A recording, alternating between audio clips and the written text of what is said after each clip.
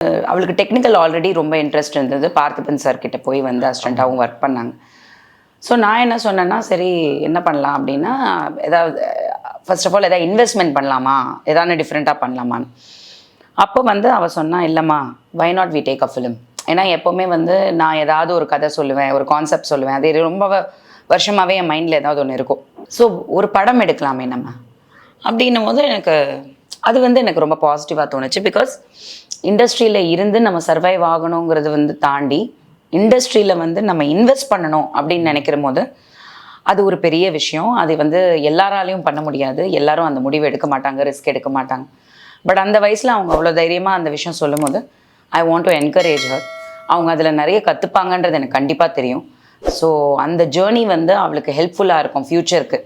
ஏன்னா நம்ம இதோட வந்து ரிட்டையர் ஆக போகிறோம், ஒரு ஏதோ ஒன்று பண்ணோம், சம்பாரித்தோம் அப்படிங்கிறது இல்லாமல் ஒரு ஃப்யூச்சரை வந்து நம்ம வந்து க்ரோ பண்ணணும் அப்படின்றதுக்கு கற்றுக்கணும், எந்த தொழிலாக இருந்தாலுமே சரி. ஸோ அது எனக்கு ரொம்ப பிடிச்சிது.